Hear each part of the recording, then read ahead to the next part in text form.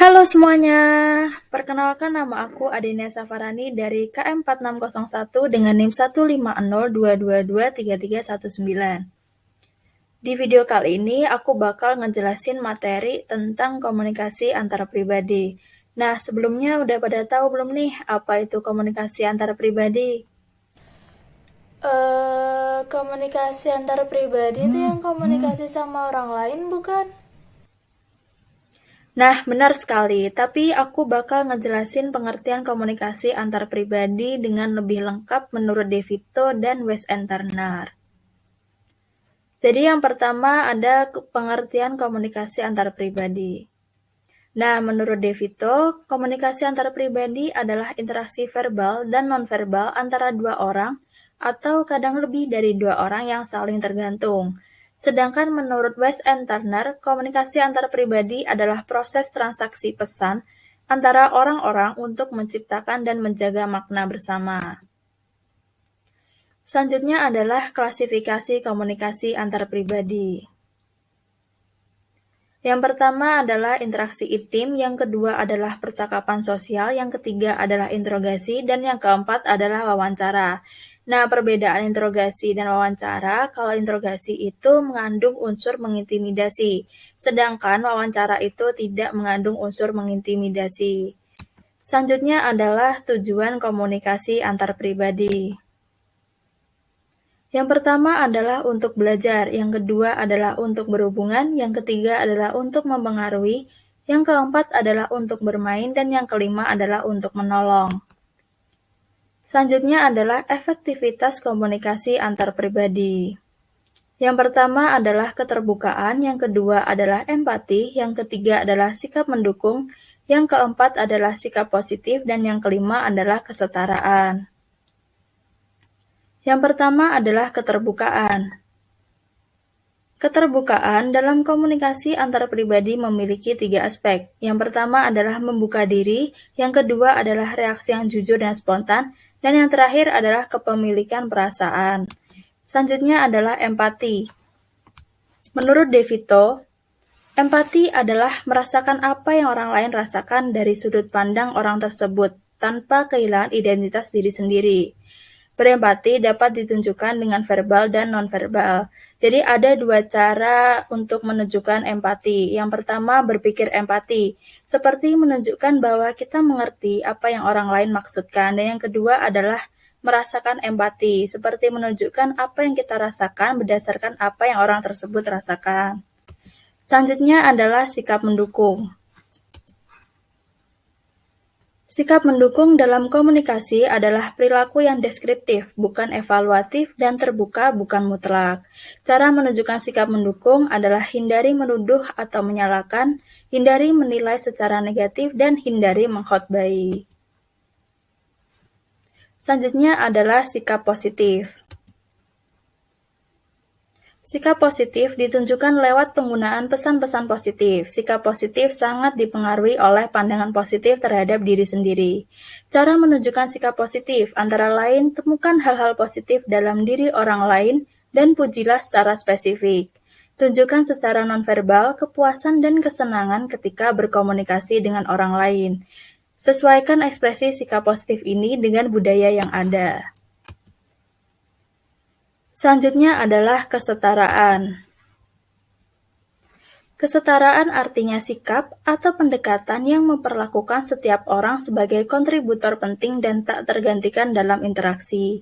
Cara menunjukkan kesetaraan dalam komunikasi antara lain, hindari kata seharusnya atau harus, mintalah jangan menuntut, hindari menyela pembicaraan, akui dan respon perkataan orang lain. Selanjutnya adalah daya tarik antar pribadi. Yang pertama adalah kesamaan, yang kedua adalah kedekatan, yang ketiga adalah dukungan, yang keempat adalah daya tarik fisik dan kepribadian, yang kelima adalah status sosioekonomis dan pendidikan, dan yang keenam adalah saling melengkapi.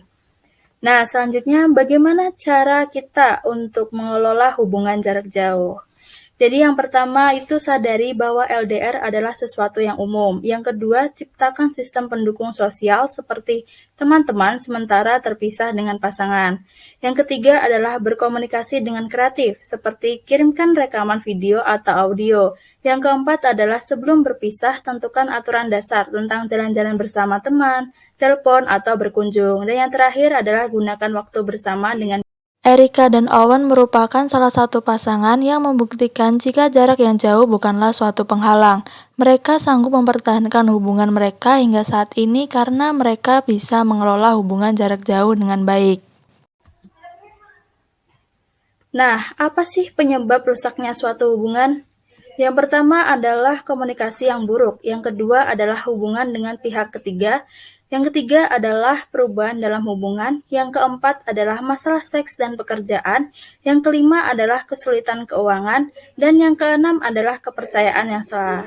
Nah, untuk contoh kasusnya adalah kasus perselingkuhan Ayus dengan Nisa Sabian. Pada akhirnya, Ayus mengakui dan minta maaf ke publik serta ke Riri atas kekhilafannya berselingkuh dengan Nisa Sabian. Selanjutnya, apa sih tanda-tanda kerusakan dalam suatu hubungan? Yang pertama adalah menarik diri dari hubungan, yang kedua adalah kurang membuka diri, yang ketiga adalah berbohong, yang keempat adalah pesan-pesan positif berkurang, sedangkan pesan negatif bertambah. Selanjutnya, bagaimana cara kita memperbaiki suatu hubungan? Yang pertama, kenali apa yang menjadi masalah, baik eksternal maupun internal. Yang kedua, lakukan penyelesaian konflik dan komunikasi yang produktif. Selanjutnya, mempraktikkan solusi yang disepakati bersama, dan yang terakhir adalah ambillah risiko. Untuk contoh kasusnya, aku mengambil dari film Captain America Civil War di mana Steve dan Tony terlibat pertengkaran dan Avengers terbagi menjadi dua tim. Namun pada akhirnya mereka berhasil memperbaiki hubungan dan terbukti mereka menjadi satu tim pada film Avengers Endgame. Perasaan sedih saat putus cinta merupakan hal yang wajar, akan tetapi kita tidak boleh terlarut dalam kesedihan untuk jangka waktu yang lama. Selanjutnya, bagaimana cara kita mengatasi putusnya suatu hubungan? Yang pertama, putuskan siklus kesepian. Yang kedua, ambil waktu untuk single atau biasa kita sebut jomblo. Yang ketiga, tingkatkan rasa percaya diri. Yang keempat, hilangkan atau hindari simbol-simbol yang mengganggu. Yang kelima, carilah dukungan dan pertolongan. Yang terakhir, hindari mengulangi pola yang salah. Selanjutnya adalah the rules of love. Aturan untuk menemukan cinta. Yang pertama, jadilah diri sendiri. Yang kedua, kamu tidak akan bahagia bersama pasangan kamu sebelum kamu bahagia sendiri. Yang ketiga, pilihlah seseorang yang bisa membuat kamu tertawa. Yang keempat, kenali seseorang dengan baik. Yang kelima, jangan bertahan dengan seseorang yang tidak menyayangi kamu. Dan yang terakhir adalah bersikap jujur. Selanjutnya, aturan untuk hubungan, antara lain bersikaplah baik, bersama karena ingin, bukan karena butuh. Beri pasangan kamu ruang untuk menjadi dirinya sendiri. Jangan biarkan amarah kamu berlanjut hingga matahari terbenam. Jadilah orang pertama yang meminta maaf. Jangan mengagungkannya dan mengharapkannya tetap demikian. Dan yang terakhir adalah jangan pernah berhenti berusaha tampil menarik. Selanjutnya adalah aturan untuk berpisah. Yang pertama, dengarkanlah suara hati kamu.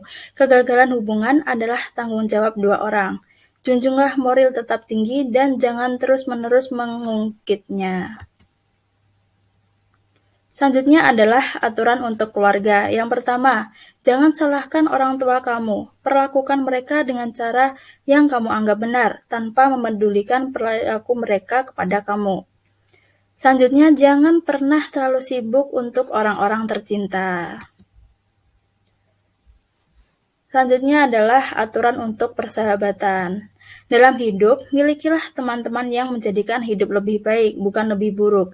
Carilah teman yang menyukai kebenaran. Jangan pernah meminjamkan uang kecuali kamu siap merelakannya. Sulit jika kamu tidak menyukai pasangan mereka, yang bisa membuat persahabatan berubah. Dan yang terakhir adalah aturan untuk semua orang, antara lain rasa bersalah adalah emosi yang egois. Cinta sama dengan waktu. Semakin banyak yang kamu berikan, semakin banyak pula yang kamu dapatkan. Dan yang terakhir, tempatkan orang lain di atas diri Anda.